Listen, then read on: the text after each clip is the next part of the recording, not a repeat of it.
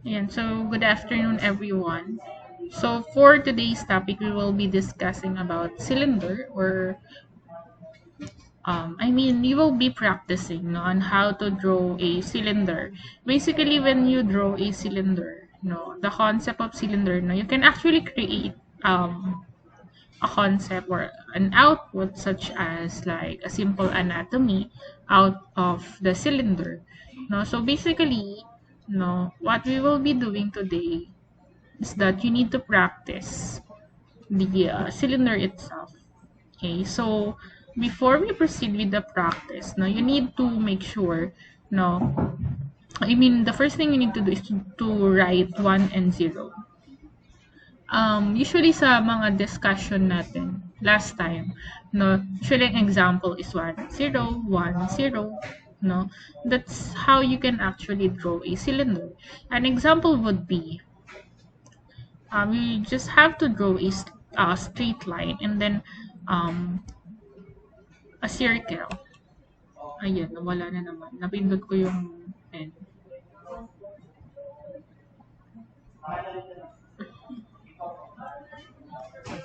Wait lang.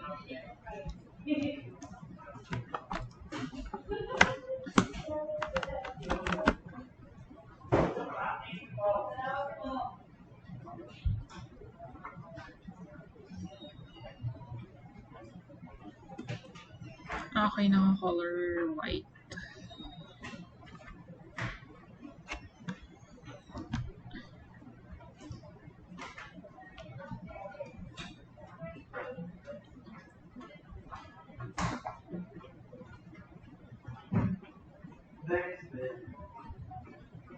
Ayan. So, an example would be, you have to draw a straight line and then a circle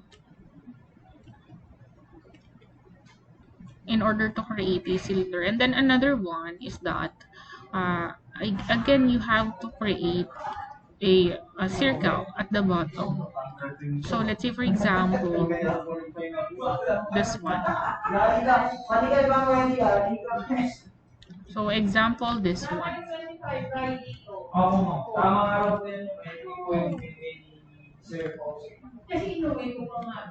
Yan. So, in order to create at least yung one face lang ng cylinder, no, you just need to delete this one. Yan.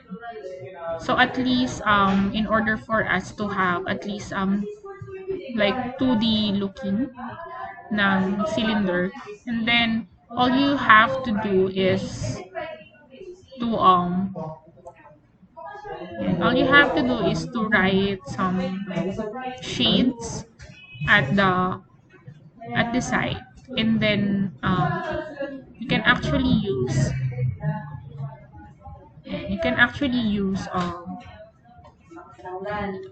pen.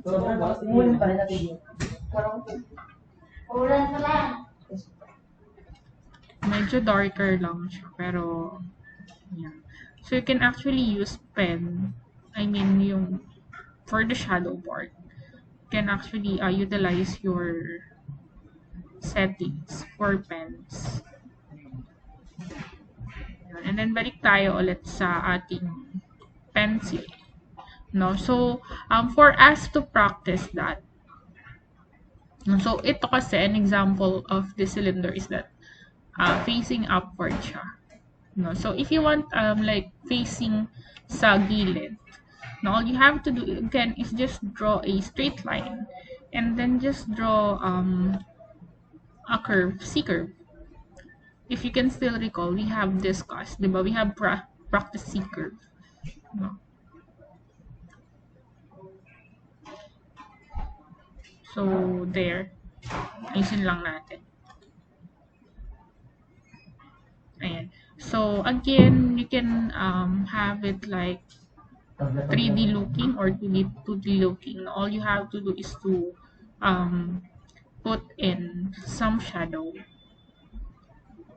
sa side. Ayan. There. And then if there are excess, no, you can actually delete. Just delete the bottom part. No. So that's how you draw a cylinder. Another example would be, let's say for example, facing downward naman, pero medyo pa-side. Now, you can actually just draw again another straight line.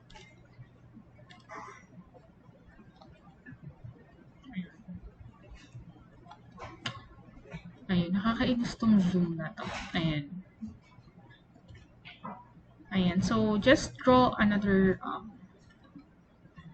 straight line facing downward, and then just draw another circle for the bottom part. No. And then just draw another C curve sa taas na part. No? So there. And then just put a little bit of, what do you call this one? C curves. And then add some shadow. Hindi ko makontrol pa actually yung sa shadow, but there. Then just add shadow there. And that is an example of cylinder. So another example, no, para lang makita niyo yung different sides ng cylinder. So cylinder naman facing itong sa arrow na to. So let's say for example, you have to draw a straight line, and then ayan, and then C curves, two C curves. Ayan. And then, again, just add shadow. Shadow effect lang. In this part, no, I am just showing you na the different sides wherein you can actually create cylinder. Now, bakit kailangan natin pag-usapan ng cylinder? An example would be, no, sa concept ng cylinder, you can actually create a simple anatomy or a body shape na out of cylinder. As a visual graphic student, no, alam natin na whenever you draw, or the first thing you need to do kapag magdo-drawing tayo ng body, no, actually you need to create first yung body shape or the structure or the anatomy, no. Actually ito yung first step para makapagpagalaw tayo ng object, no, which is an animation part, no. So that's how, no, that's actually the importance of why do we need to study the cylinder, no. So basically all throughout this part, no, you will be practicing a cylinder. Now, bakit kailangan natin aralin ito? Now, first activity ninyo is that, I mean, not an activity, but rather, no, ang isa sa requirement ninyo sa midterm, no, is that you have to draw an anatomy na out of the lessons that we have discussed. Okay, it can be a simple anatomy na kung ano man yung kakayanin ng screen ninyo, no. So let's go for the practices that you need to submit. Okay, so first one, again, this is about cylinder again.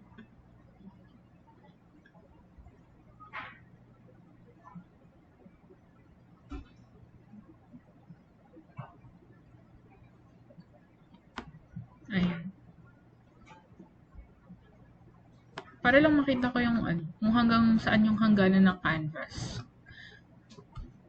Ayan. So, we'll be drawing a cylinder, no, facing upward and then facing downward. What do I mean by that? Diba a while ago, pinakitaan ko kayo ng example. Ito yung first practice ninyo. Yan, iba na naman yung color niya. Kaloka. So, ito yung first practice ninyo na gagawin. Okay? So, first one is that a cylinder facing upward. No? Ibig sabihin yung butas niya is facing upward. Ay, may butas sa taas, kumbaga. No? So, all you have to do is to just draw a vertical lines. And then C-curve sa baba. And then just draw a circle. No? So, if gusto nyong kapalan, ako kasi manipis lang yung ginagamit ko na shade ng pencil. No, you may do so. para ma-emphasize yung ating cylinder. No? So, another one,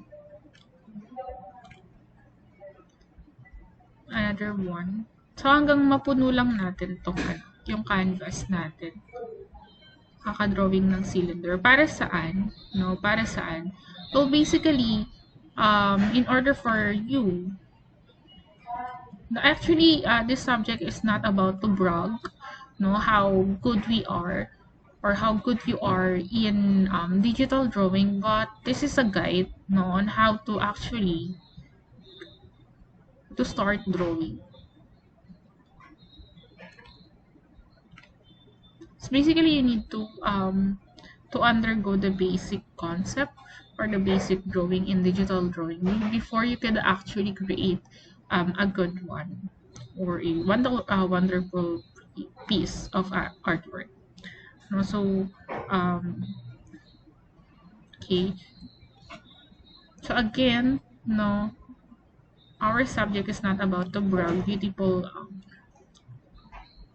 output or pakitaan ng mga complexity ng digital art, but a guide, no, a guide on how to actually start drawing in digital art.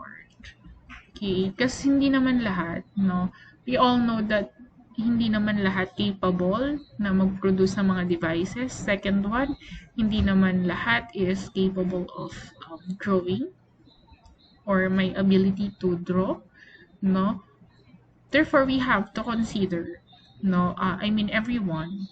First is that you need to consider that, again, we are teachers, no? You need to consider that your students actually don't know anything about your subject, no? O hindi talaga totally sila marunong. Okay? So, yun yung concept natin, no, for the full semester until you can actually create a wonderful piece. No, for sure, in your midterm, no, meron at merong mag-i-stand out dyan. And for sure, baka karamihan. Kasi upon looking your outputs, no, nagagamay na ninyo ang digital drawing. And then, hindi ko na ito pupunuin, no? Pinakita ko lang sa inyo what you will be doing. But you can, you have to make sure na yung buong canvas is mapupuno ng ganito. Okay? Itong part na to.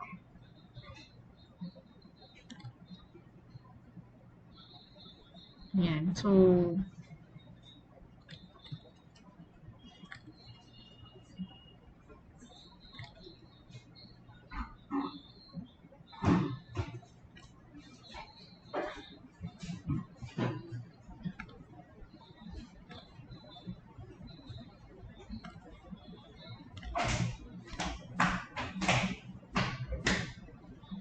there. And then, what I want you to do is to fill in the whole canvas. Or kung ano man yung canvas, kung gaano man kalaki yung canvas na ginagamit nyo, no? Itong practice number 1, just make sure na ma-fill in natin yung buong canvas. Hindi ko na ipapakita para hindi ganun katagal yung recording natin. Another practice, a set of practice that you need to submit and to do is that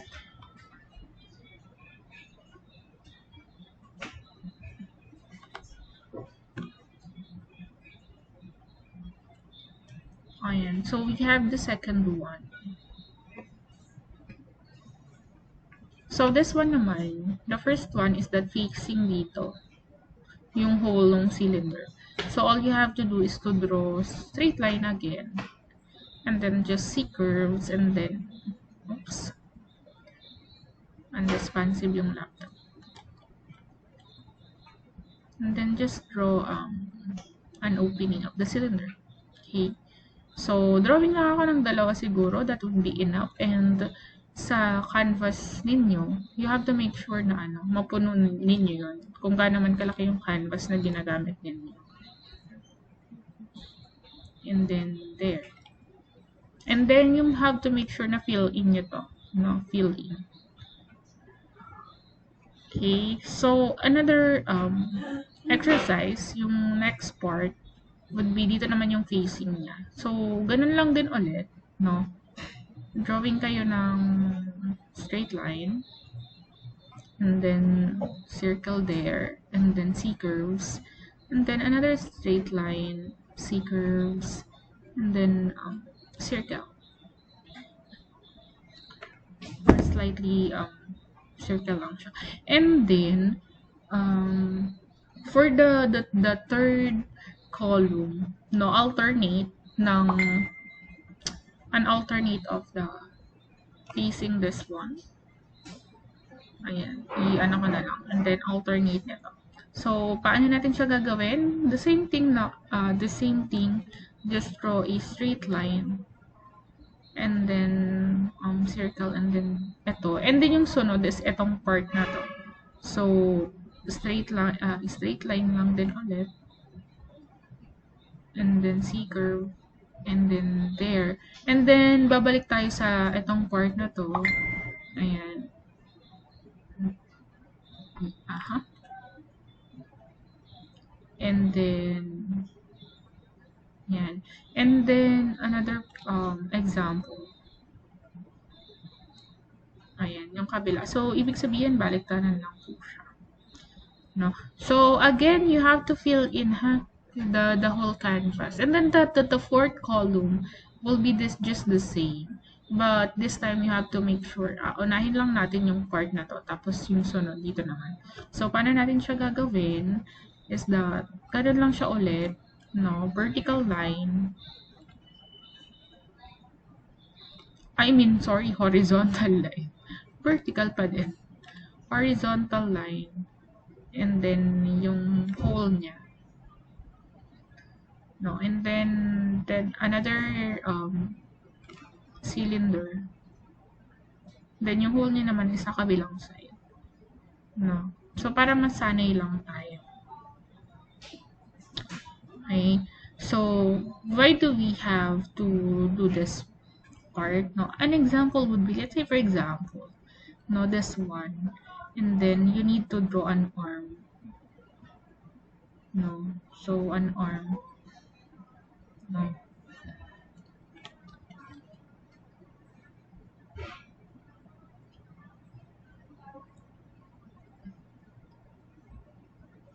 Burahin ko lang to. Ayan. So, you need to draw an arm. Let's say, for example, an arm of an anatomy. No.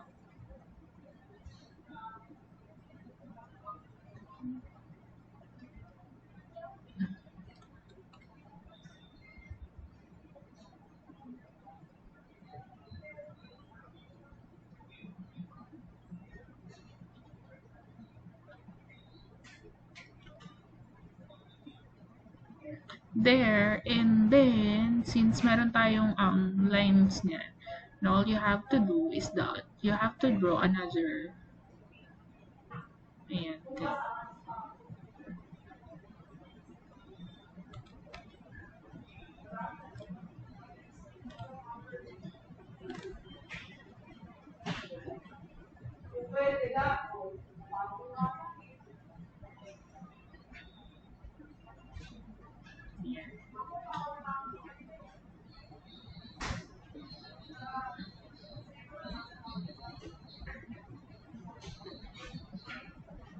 And then just draw another hole.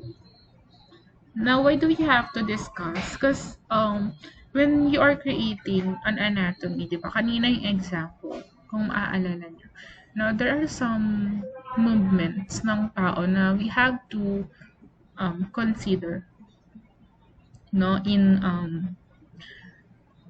drawing. So that's why, no, we need to practice.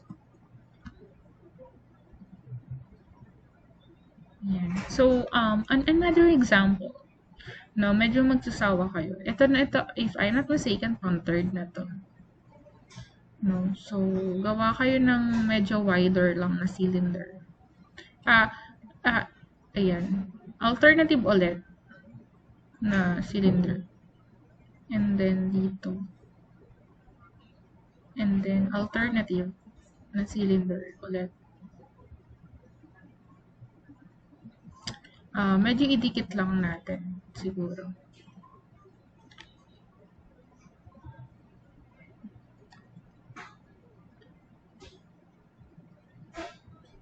Ayan. Tapos,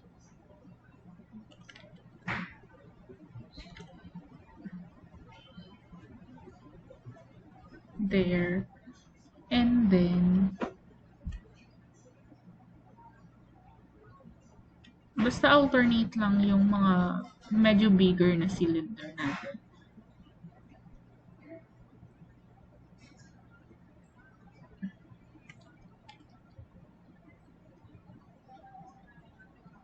There. And then, what I want you to do is to fill in the gap between the bigger cylinders. Now, ano yung i-fill in natin? Cylinder lang siya, pero small. I mean, yung lapad niya is not that big. Any direction of cylinder will do in inserting smaller cylinder here.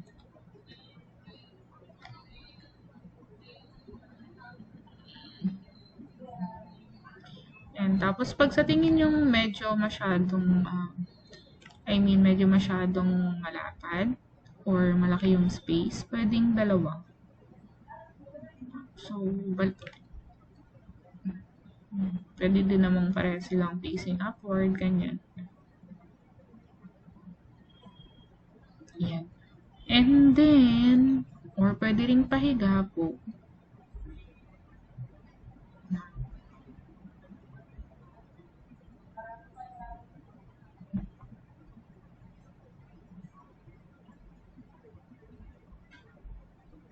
There. And then, yan. No, that's the third one. No, so, sa baba nito, what I want you to do is to do vertical and horizontal cylinder. Halimbawa, this one, tapos patayo.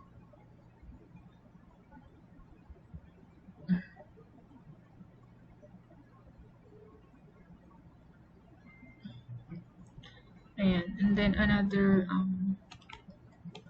vertical.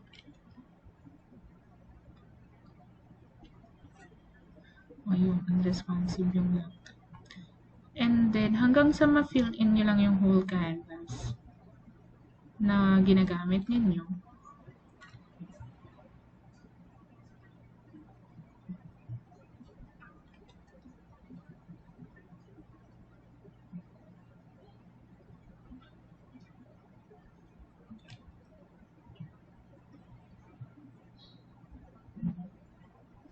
There.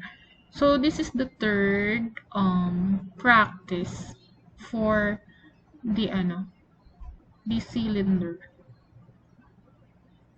Now, the fourth one would be medyo madami-dami ito para at least no in your midterm medyo gamay-gamay na ninyo.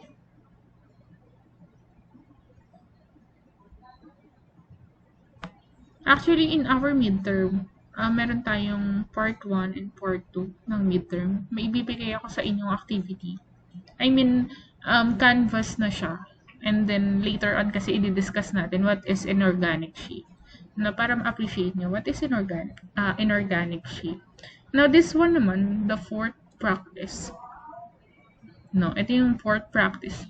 Now, just draw a cylinder in any direction. Okay. So, let's say for example,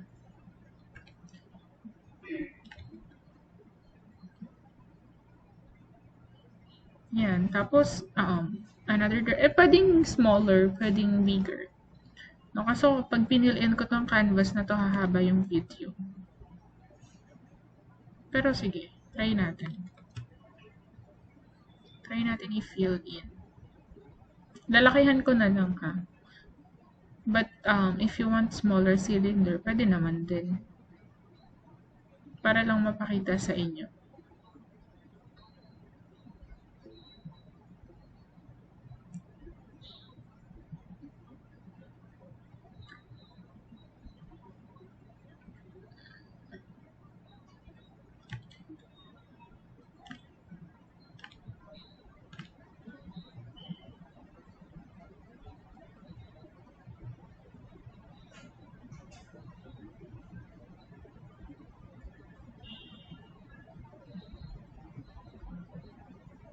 Ayan. So, hanggang sa hanggang sa ma-fill in nyo lang talaga yung buong canvas. No, para masanay din yung kamay ninyo na mag-create ng cylinder or medyo curvy cylinder, whatever you wanted.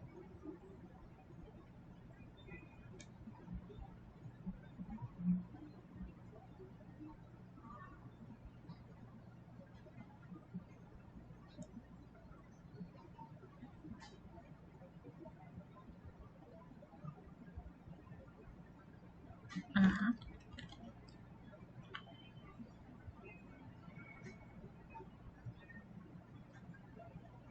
And then, ayun, fill in ko pa ba lahat? Medyo lalakihan ko na ha, para lang, mapakita ko lang sa inyo yung concept nitong pang fourth practice.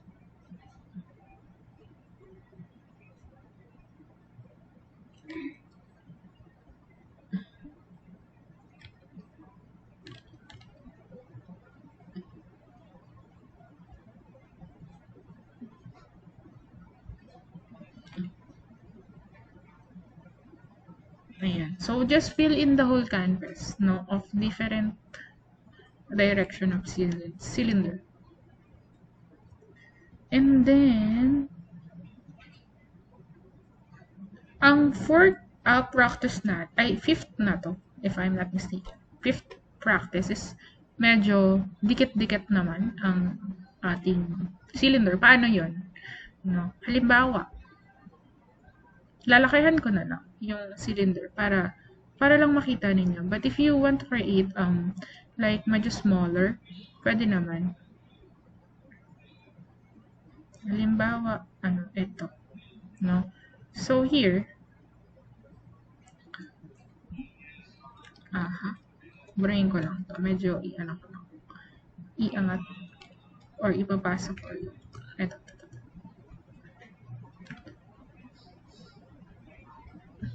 Yan. So, halimbawa, yan. No, tapos, syempre, meron to dito. No? So, kung titignan nyo siya, ano yung dapat i-delete natin dito? No, para magmukha siyang buo. So, therefore, no, kuha kayo ng eraser, tapos delete natin itong part na to.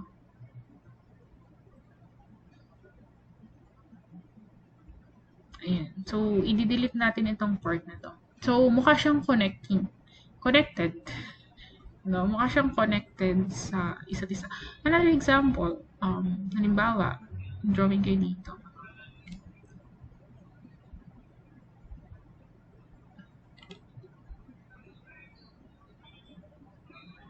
Ayan. Ayan. Tapos, ito. Ayan, diba dapat ganyan siya? Now, kung titingnan mo siya, ang dapat na ibura mo is itong part na to. Para magmukha siyang magkadugtong. Okay? So, ganun lang siya. Halimbawa, another example, can not necessarily mean magkadugtong, pwede din namang magkadikit. Another example,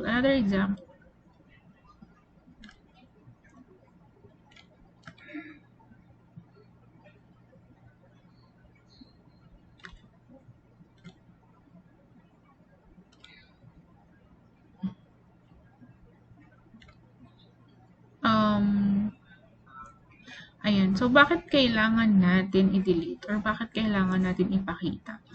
This is to practice your perspective in drawing. Kasi usually kapag nagdo-drawing, di ba, may mga part naman talaga na unseen. Ayan. So, ganun. No? So, tuloy-tuloy nyo lang. Another example.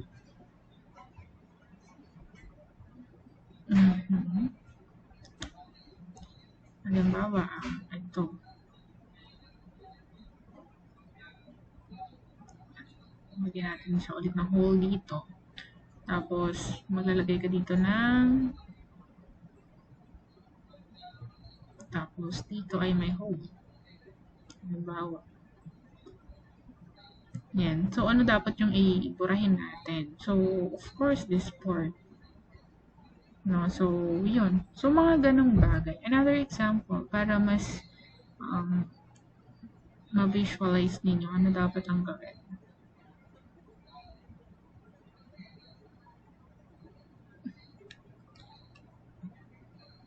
another example. And then ito, nabawa dito.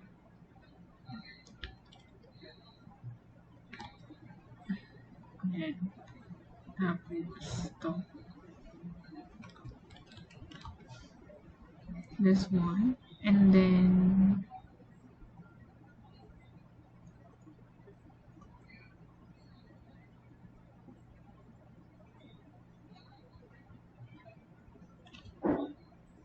yan. So, ayun, just draw anything, no, somehow connected or nag-overlap, and then you try to assess sa perspective ng mata natin, ano yung dapat na nakikita, ano yung dapat na hidden. So, kung sa tingin yung hidden siya, no, so wag niyo siya, i-delete niyo siya or i-erase niyo siya gamit yung eraser.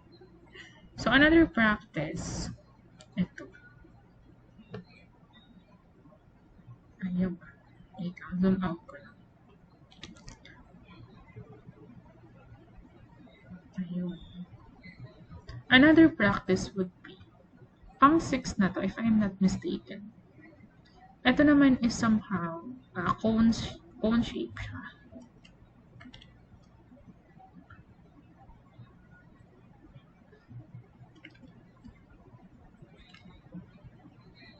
Ayan. Tapos, kapag burahin mo na lang itong part na to. Ayan. So, ayun lang. Ganun lang siya.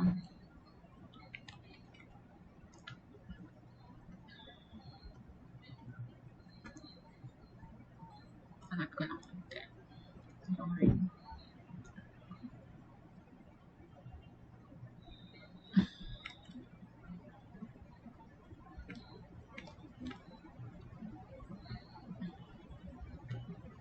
And then, yan. Tapos, continue nyo lang hanggang sa mabuo nyo yung,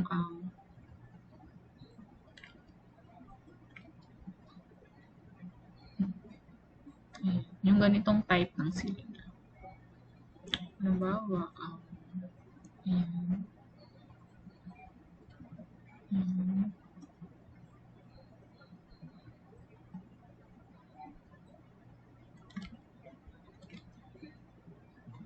And then, there. Tapos, ayun, paulit-ulit lang naman siya.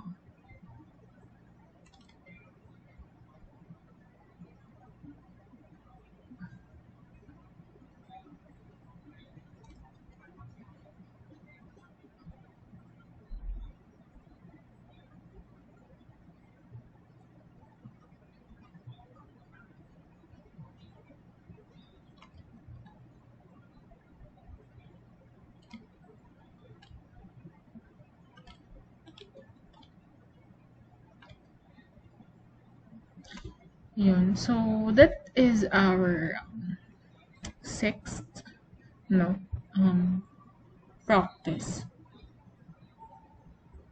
Okay, actually, medyo madami na yun. Now, if gusto niyo pang mag-practice on your own, no, pwede naman. But, actually, meron pa tayong isang practice. Ito naman is gagawa tayo ng curve. Ay, wait lang. So, we need to add. So, pang 7, ay, hanggang 25 lang siya. Okay, close natin to. Ayan. Ay, hindi to din pwede. So, kailangan natin ulit mag-add port ano to. Port 4. Okay.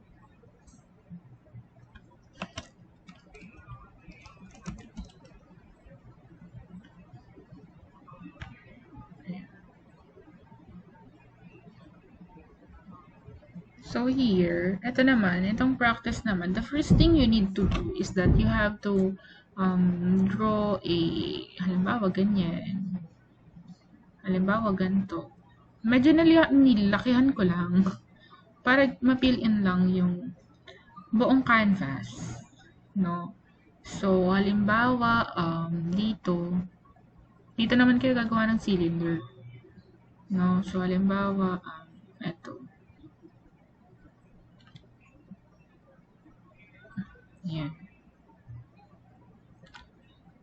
Tapos, ditong part, no? Ang kailangan nyo lang is that kailangan masundan ninyo yung curve niya.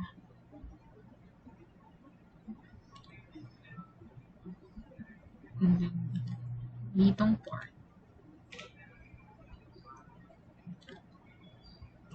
And then, ito naman is that, ganun lang din. Actually, para-para sila ng shape. Baguhin natin.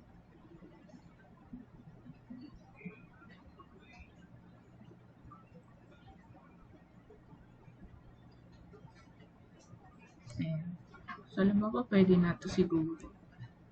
Tapos, halimbawa, pa-letter U, pag ganun, yan. So, same thing.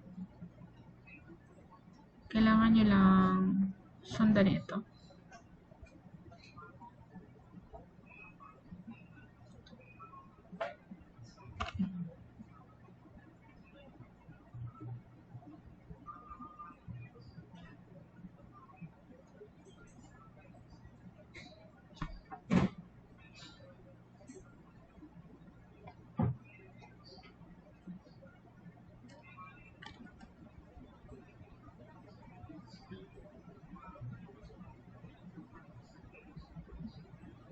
Ayun. So, basically, nilakihan ko lang yung drawing ko. Pang 7 ito, na practice. Para lang makita ninyo kung ano yung gagawin nyo sa canvas nyo. But, as much as possible, again, kung gagawa kayo nito, mas okay kung mas madami. Mas madami means mas madaming beses kayo nakapag-practice ng silid.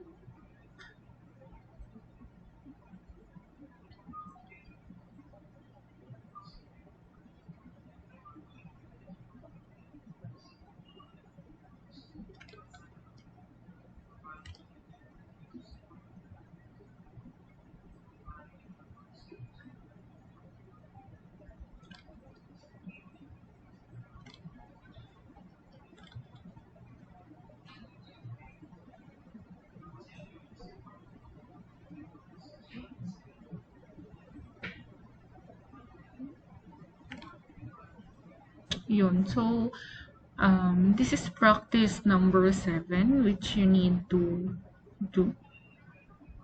No? So, that is the importance of cylinder. Now, in your midterm exam, not midterm exam, but midterm requirements. No, basically, ang ginawa natin the whole buong before midterm, no, is you practice drawing, etc. So, hindi ko kayo i-measure, no, by your knowledge, no, what are those things, what are those, etc., etc. But rather, no, para aligned, no, I will be sending the rubrics on how paano mag-grade ng output ninyo for midterm, no, in our GC, or I'll post it na lang sa ating Google Drive, no, the rubrics for grading your your midterm requirements. Now, for your midterm requirements, what I want you to do, diba, we have discussed this, the cylinder. Now, a while ago, ito ba yung part 4? Balik tayo sa part 4. Ayan, a while ago, an example of pinakitaan ko kayo na example ng cylinder, no? So, ayan, kung titingnan niyo tong part na to, no? Itong part na to, no, you can actually create an arm shape or a leg shape out of cylinder. Okay, so these are our example. And this is a simple anatomy, no? An example for a cylinder. Now, for your midterm requirement, no, requirement number 1, because we have you have two requirements for midterm. The first one is that this one. Now, what I want you to do is to combine all our discussions, starting from the beginning up until this one, the cylinder discussion. And what I want you to do is to create an anatomy, no, at least one body shape or one anatomy, now out of our discussion. So that will be your midterm requirement. for um our subject.